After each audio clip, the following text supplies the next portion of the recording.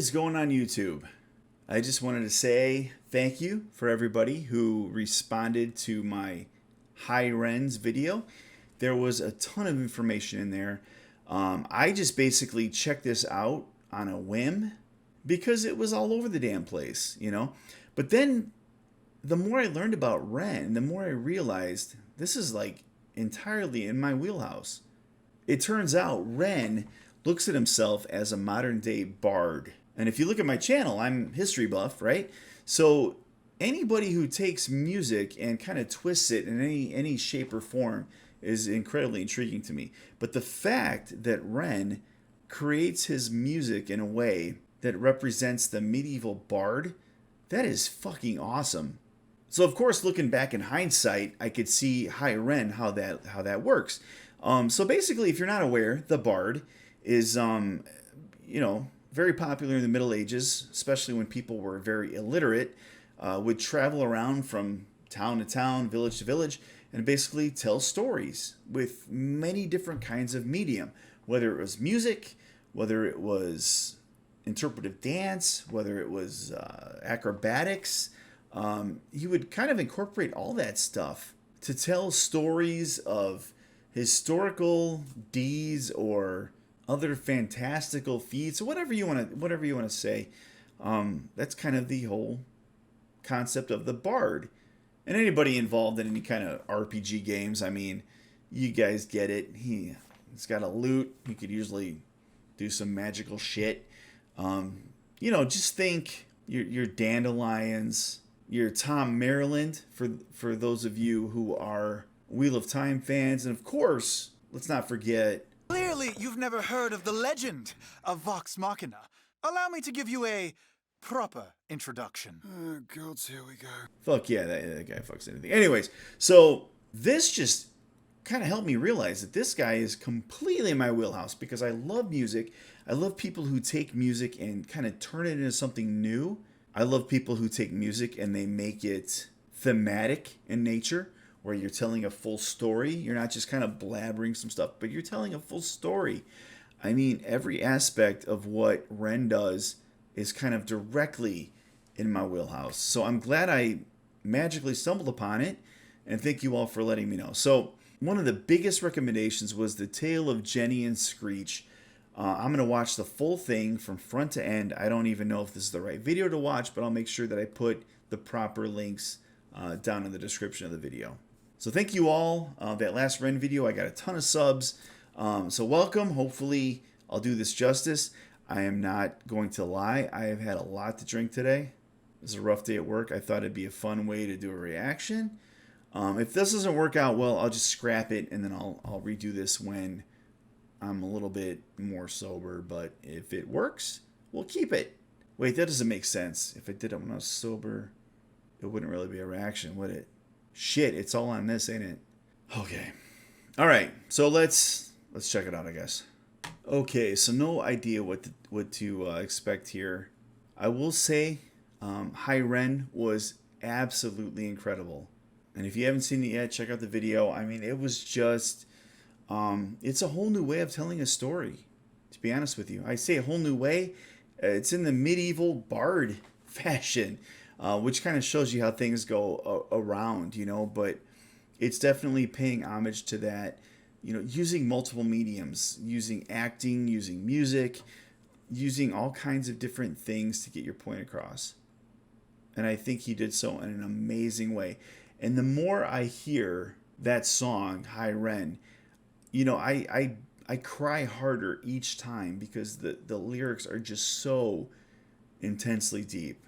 I mean, this kid has got mad talent for just creating poetry and his storytelling and all that. So I'm super interested to see how this is. God, I hope I don't screw this up because I've had a few drinks. But let's check it out.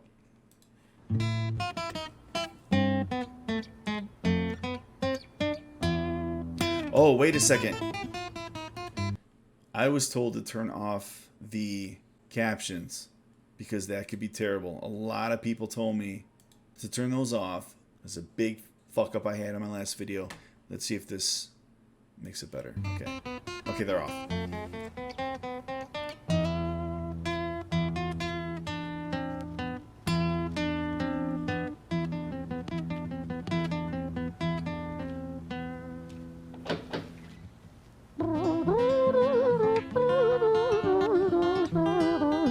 Okay, before I start, let me just, I kind of briefly touched on it.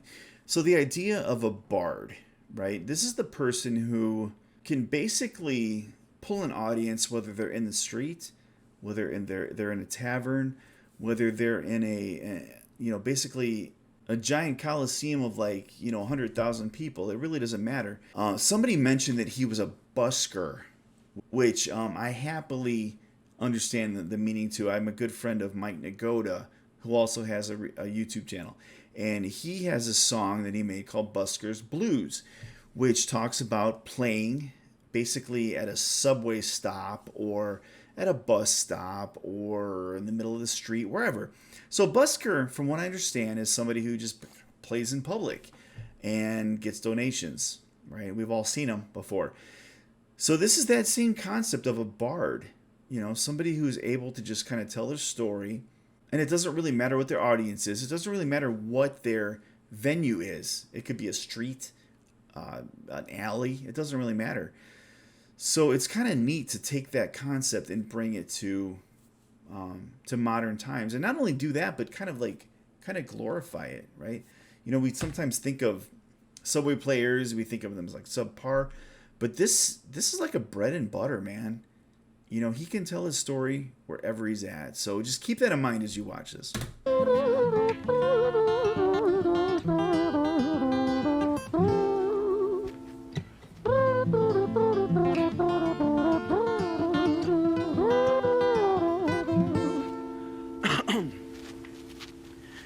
It was a quiet, dark night in an empty street somewhere in London City.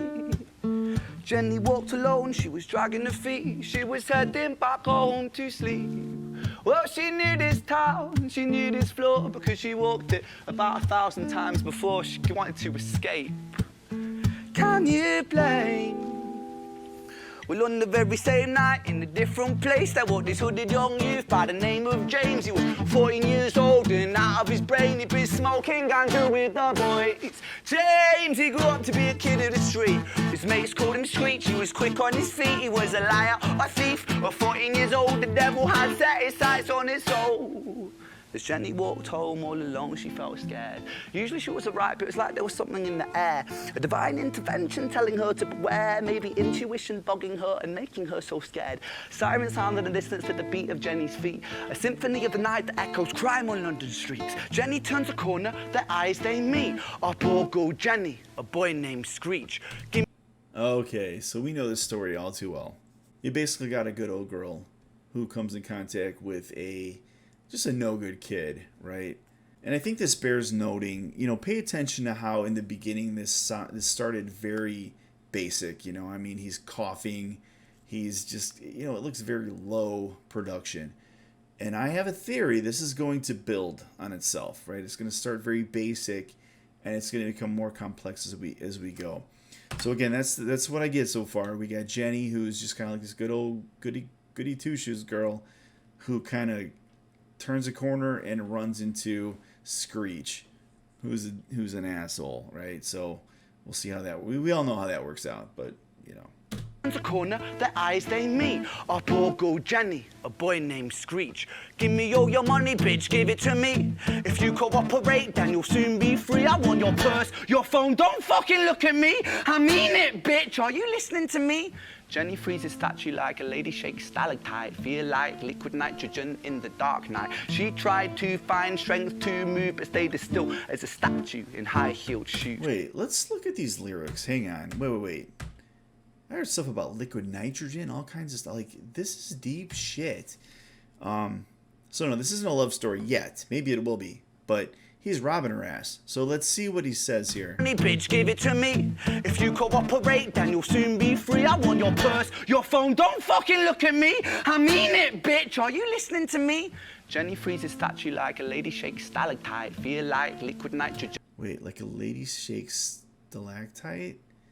Liquid nitrogen. Hang on. To me, Jenny freezes statue like a lady shakes stalactite. Feel like liquid nitrogen in the dark night. She shakes a stalactite, fear like nitrogen in the dark night. So we got a lot of imagery about coldness and rigidity, right? Tried to find strength to move, but stayed as still as a statue in high-heeled shoes. What the hell you playing at? You playing games with me? I swear to fucking God, I'll slice the rosy off your cheeks. You think I don't mean it, girl? You don't know me. The last thing you see will be a boy code. Screech reached with the sheath of the blade, with the teeth that could bite through steel and slice concrete. And he swung possessed with the devil in his chest, and the statue she was turned to butter in her breath. God dang, this is deep. It was a quiet dark night in an empty street somewhere in London City. Jenny lay still on the cold concrete. She's found somewhere to sleep. Well, she knew this town, she knew this floor, 'cause she'd walked it about 1,000 times before. I guess that she escaped. It's such a shame. So, real quick, I mean, I don't mean to, like, really go too deep into this, but you realize this is more than music. This is a story, right?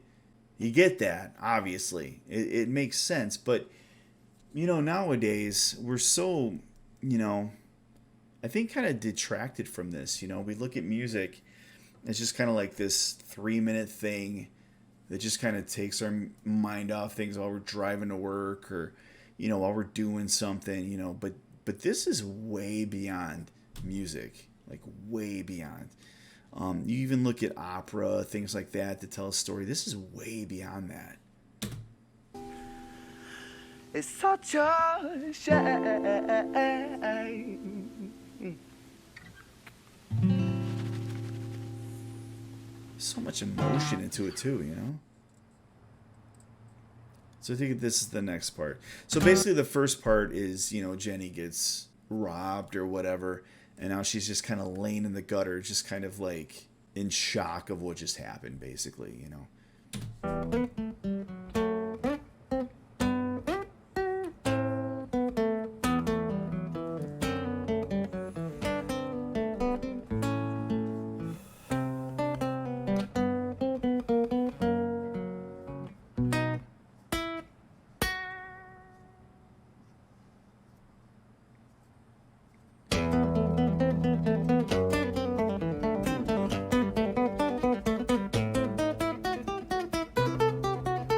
That is incredibly complex.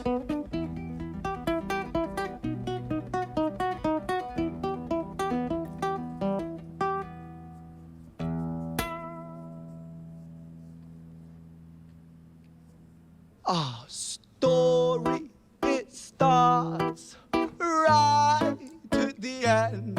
At the life of poor Jenny, clocked out like Big Ben.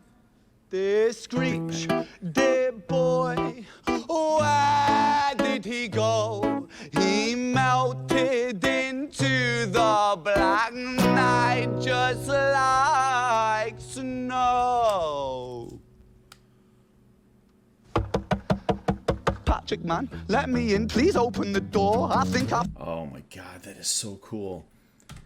Just, I mean, look at all the elements he's using. Like, he's, you know, he's knocking on his guitar and then he says, let me in. But that also sets up the rhythm for the next part, right? It's just, again, it's a matter of using all the elements around you to tell this story, you know? Patrick, man, let me in. Please open the door. I think I fucked up, Patrick. Really fucked up, man. I'm not sure. I got crazy. Left this lady lying still on the floor. I think I killed her, Patrick. Come on, man. I can't knock no more. But Screech kept on knocking till his knuckles became sore. But there's no sign of Patrick down at number 54. No refuge for our villain, for the bitter hands of fate, with something far more sinister in mind that does away.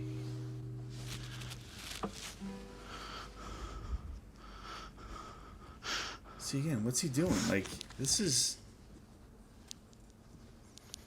Hey, babe, are you in? No, nothing really. I'm just a bit tired. Listen, can I swing around yours for a few moments? I just really miss you, babe. What the fuck do you mean you're busy? You fucking bitch! For fuck's sakes! All right, really quick. I'm sorry to keep stopping this, but those of you who have seen him live, let me know if he does this.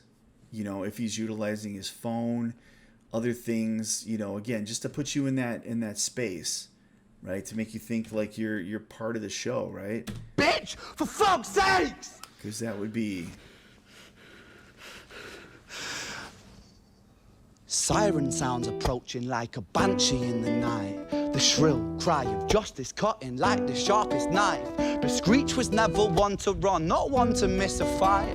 One hand upon his blade, he turned to face the blue lights. Come on then, you fucking cunts, let's fucking have you then. I am Screech, I'm the boss, I'm the ender of men. You think that uniform you're wearing means that you own these streets? These are my fucking streets, and they call me fucking Screech. Richard was an officer who stood at 6'3", working London on the night shift. What he didn't think he'd see was a boy running at him like an animal possessed. With no time to hesitate, he fired 4 bullets at Screech's chest. Look at that. I mean, he uses his guitar as a gun. Oh, that's so cool. Our story, it ends right at the start. Young Screech and poor Jenny lying 1 street apart. An officer shaken by the boy that he claimed. 2 bodies lay lifeless, and it's such a shame. It's such a shame.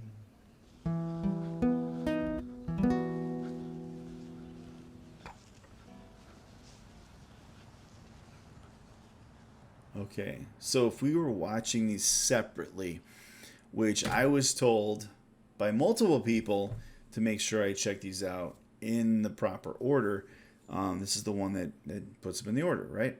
So we have 3 parts. The first part was basically Screech holding up Jenny, you know, and she basically, and at the end, ends up half dead, laying in the gutter. You know, he leaves that scene, calls his mate, who doesn't really answer. He's freaking out because he's like, what did I just do? Ends up calling, it looks like he called his girlfriend, and he very quickly got really aggressive with her, to the point where he kind of like went berserk, and then the cops ended up shooting him 4 times. So he's laying in the gutter like a block away from Jenny, who's laying in the gutter. So neither of them are dead at this point that we know, right? So let's see what happens here. Oh, now we hear EKG sounds. Maybe in a ventilator. So it's Jenny, Screech, now it's Violet.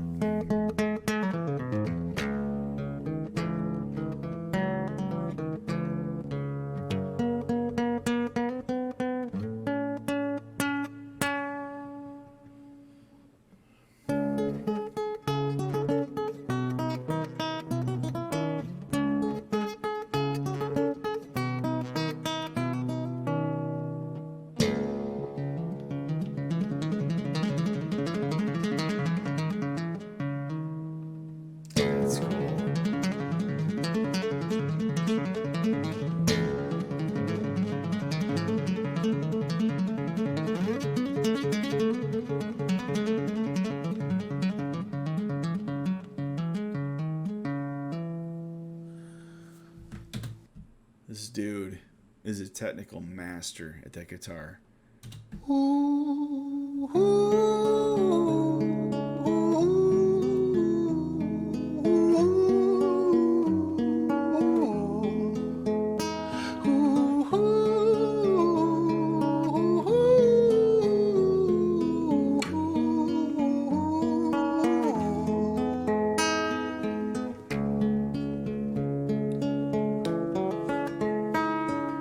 London City, far from pretty, 2005. A lady down in Paddington is fighting just to stay alive. Rhythmic beats and bloodstains, she's Our Lady weep, she's tired and frail. To set the scene, we must rewind the hands of time for Violet's tale.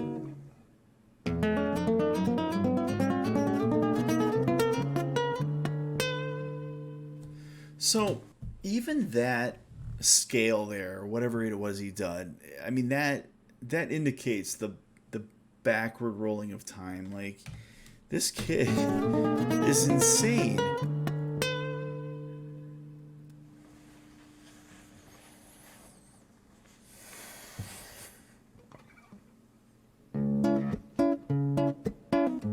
This is Violet's tale. I wonder if this is the nurse who will take care of both of them. Wouldn't that be weird? Violet was a silent girl, grew up with violent starts. Her mother was a drinker and her father was a bastard. Every night he took her tie but never left the room. I'll spare you with the things he did, I'm sure her mother knew. Violet was a silent girl, she moved out at 16. A semi-detached council flat, paid for by a welfare scheme. Packing shelves at Tesco, stacking jars like pickled bricks. She met a boy named Stevie and he was a little prick. Violet was a silent girl and Violet she fell fast. See, Stevie was a wrong un, but he sure knew how to charm her. Every night he took her tie but never left the room. History repeats itself, he'd paint her black and blue and dark. She never stood a chance. The devil comes to dance. Damn. All right, so Violet, you know, had a shitty upbringing on welfare. Looks like she had a failed marriage, a guy who beat her, and things like that. But just musically, this is insane. So I'm gonna throw a little theory out there. Maybe Violet is a nurse, ends up being a nurse who takes care of Jenny and Screech, who are like in the room next to each other. I don't know. That's just my guess. The I could be wrong. devil comes to dance. Violet, why are you always so quiet? On her bedroom door and he's irate. He's been drinking and smoking, he's up late. And he stands by her bedside, she shakes, but her eyes stay shut. You fucking slut, I know you're up. And he pinches her eyelids and folds them up. Violet, why are you lying to me, Violet? She stays silent, things turn violent. That's the sound of his fists when they fall like a crashing pilot. Hit like hailstones, one to the collarbone, full force, full blown, blood's black bone, crack, knick, knack, paddywhack, one to the jaw and the tooth spat, detached fist connects and disconnects a bone. A quick deflect to misdirect the blow, but nonetheless his punches met her throat. Such a mess he's left her bruised and broke. Violet, why you always so silent, Violet? Why you such a little liar, Violet? Do you think I want to do this, Violet? In character, she stays silent. Well, say something, Violet. Silence. Fucking say something, Violet. Silence. Wait.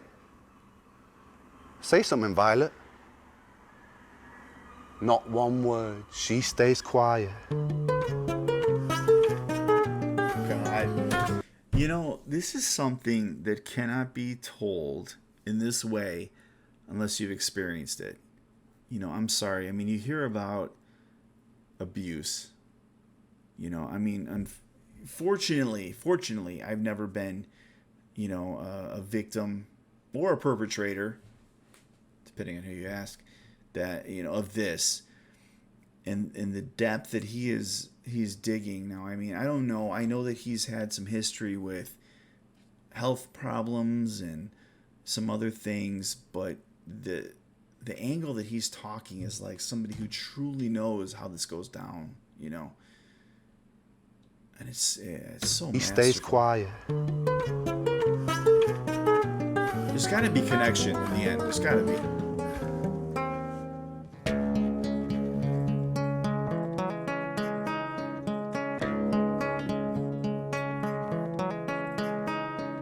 London City, far from pretty, 2005. A lady down in Paddington is fighting just to stay alive. The doctor, in a state of shock, saw something here so very wrong. See, Violet, she was pregnant.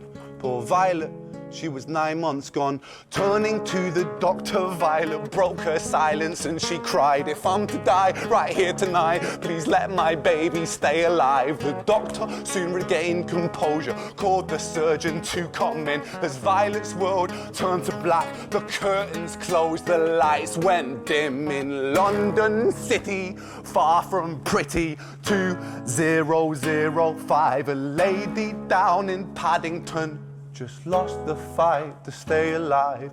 A tragedy or a miracle, it happened on these very streets too. So you notice what he said, a tragedy or a miracle. Maybe I'm getting ahead of myself, but you know, the fact that she's lived such a horrific life, the fact that she's died, maybe that's a miracle. You know, as well as the baby who would have to suffer that. You know, it's a miracle that she didn't make it through. Okay. Or miracle, it happened on these very streets. Two twins, aligned side by side. A girl named Jenny and a boy named Screech. You're fucking kidding me. You're fucking kidding me.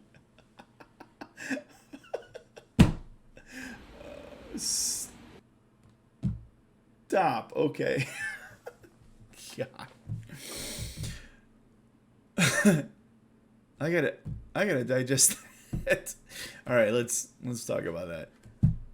So yeah, that threw me way off guard. I don't know how to digest that. So I'm thinking you got Screech, who's he's a punk, right? He goes around stealing stuff and holding people up and doing whatever, right?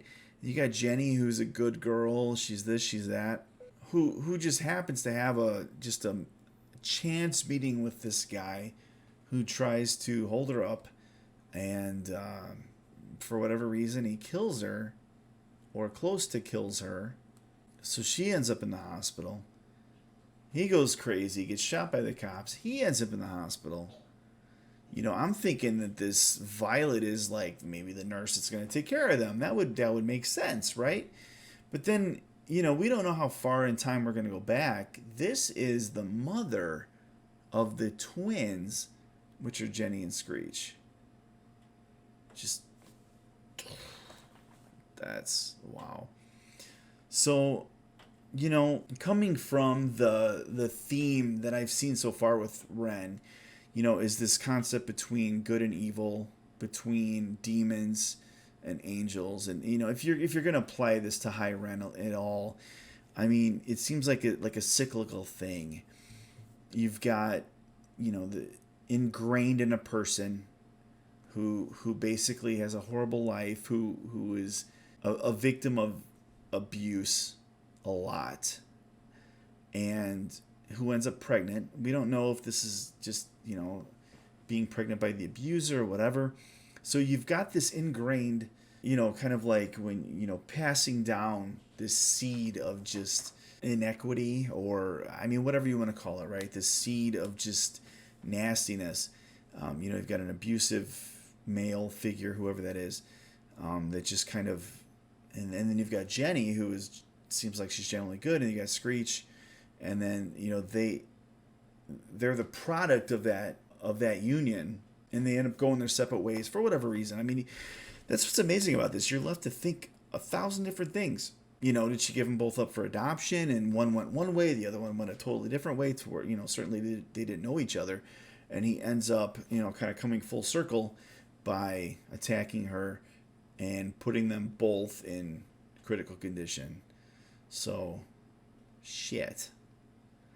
I mean, if I've got to say one thing, there's been some, you know, in the comments, there's been a lot of comparisons between Ren and Ronnie Radke as far as just kind of taking music to a whole new level where you don't quite get what you're expecting. And that's totally what happened here. I was expecting some kind of nice, you know, Hollywood kind of resolution of this whole thing, and it really just ended up throwing you for a complete loop and making you think even harder than you could have ever with any other circumstance. So this guy is amazing. I've missed out a lot, especially with that whole medieval storytelling technique, the trope, and everything. I mean, I'm going to be delving deep into this gentleman right here. So let me know what else to check out. If not, I'm just going to start binging because this is like my wheelhouse totally. So I apologize. This seems like it went well, but I'm kind of, 3 sheets to the wind right now. Maybe when I edit this, I'll wait till I'm sober and it won't be so good. But if it is, then great. I'll see you in the comments.